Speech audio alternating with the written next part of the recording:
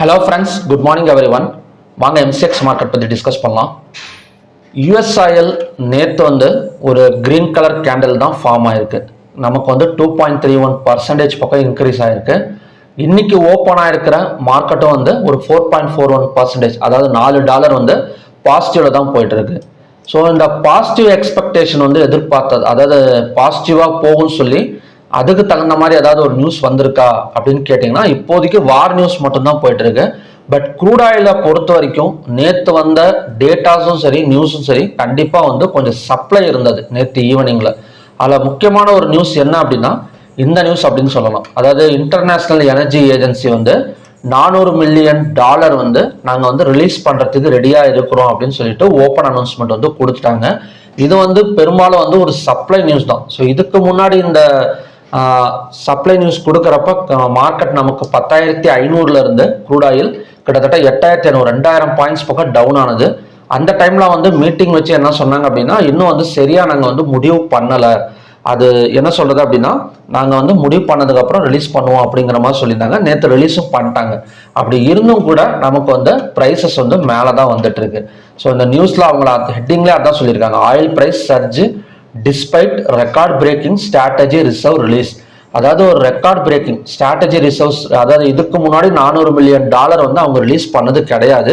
இதுதான் first time ரெக்கார்ட்ல பண்றாங்க. அப்படி இருந்தும் கூட ஆயில் பிரைஸ் மேல வந்திருக்கு வார் காரணமா அப்படிங்கிற மாதிரி இவங்க சொல்லியிருக்காங்க. ஓகேங்களா? அது மட்டும் இல்லாம நமக்கு இன்வென்ட்ரி டேட்டா சப்ளை தான் கொடுத்துருக்குறாங்க. நேற்று காலையில ஏபிஐ அமெரிக்கன் பெட்ரோலியம் இன்ஸ்டிடியூட் ஏன்னா யூஎஸ் பேரல் கம்மியாக இருக்கு அப்படிங்கிற மாதிரி சொல்லியிருந்தாங்க. ஆஃப்டர் ஈவினிங், அதாவது ஈவினிங் டைம்ல இந்த நியூஸுக்கு அப்புறம் ஸோ சப்ளை டேட்டா தான் யூஎஸ்ல இருந்து நமக்கு வந்திருக்கு. ஸோ ரெண்டுமே நமக்கு சப்ளை நியூஸ் தான். இருந்தாலுமே மறுபடியும் ஆயிலை புஷ் பண்ணி மேலே தான் எடுத்துட்டு போயிட்டு இருக்கிறாங்க. இன்னைக்கு $4 மேலே வந்துட்டு இருக்கு. அப்படி இருக்கிறப்ப கண்டிப்பா ஒரு 200 பாயிண்ட் இல்லை 300 பாயிண்ட் ஒரு கேப் அப் நாம எதிர்பார்க்கலாம். ஓகேங்களா? இப்போ க்ரூட் ஆயில் லெவல்ஸ் பார்க்கலாம். இப்போ க்ரூட் ஆயிலோட பிரேக் அவுட் பாயிண்ட் என்னவா இருக்கும்னா 8,455. ஓகேங்களா?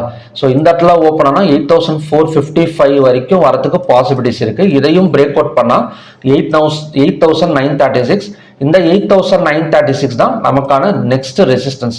ஏன்னா இந்த இடத்துல பார்த்தீங்கன்னா தெரியும், ஒரு எம் பேட்டர்ன் மாதிரி கிரியேட் பண்ணி இந்த இடத்துல தான் பிரேக் அவுட் பண்ணிட்டு நமக்கு இறங்கி இருக்கு. ஸோ அகைன் அந்த ஜோன் வரப்ப ஒரு செல்லிங் ப்ரெஷர் எக்ஸ்பெக்ட் பண்ணலாம் க்ரூட் ஆயில்ல. Next support zone 7,568. இவ்வளோ தூரம் இன்னைக்கு வருமானு தெரியல, but resistance and break out மட்டும் நம்ம நோட் பண்ணிக்கலாம். ஸோ பிரேக் அவுட்ங்கிறது 8,455 பை சைட் பிரேக் அவுட், ரெசிஸ்டன்ஸ்ங்கிறது 8,936. Next resistance zone. நெக்ஸ்ட் நம்ம நேச்சுரல் கேஸ் பார்க்கலாம். இப்போ நேச்சுரல் கேஸ் பார்த்தோம் அப்படின்னா ஒரு ரவுண்ட் பாட்டம் பேட்டர்ன் அப்படிங்கிற மாதிரி சொல்லலாம். ஸோ இந்த இடத்துல பார்த்தீங்கன்னா தெரியும், ஸோ இந்த ஜோனும் ஒரு ரவுண்ட் பாட்டம் தான், இந்த ஜோனும் ஒரு ரவுண்ட் பாட்டம் தான். ஸோ ரெண்டு சைடுமே ஒரு பை சைட் பிரேக் அவுட் நடந்திருக்கு. ஸோ நெக்ஸ்ட் சப்போர்ட் ஜோனுங்கிறது 289.8. ஸோ இதையும் பிரேக் அவுட் பண்ணிட்டு நமக்கு மேலே வரதுக்கு சான்சஸ் இருக்கு. இதோட டார்கெட் 322.2. ஸோ 322.2 தான் பார்த்தீங்க அப்படின்னா நமக்கான next resistance zone. Next gold. இப்போ கோல்டு சப்போர்ட் அண்ட் ரெசிஸ்டன்ஸுக்குள்ளார டிராவல் போயிட்டு வந்துட்டு இருக்கு அப்படின்னு சொல்லலாம். நெக்ஸ்ட் சப்போர்ட் ஜோனுங்கிறது நமக்கு பொறுத்த வரைக்கும் எம்சிஎக்ஸ்ல 1,61,342, ரெசிஸ்டன்ஸ்ங்கிறது 1,63,577.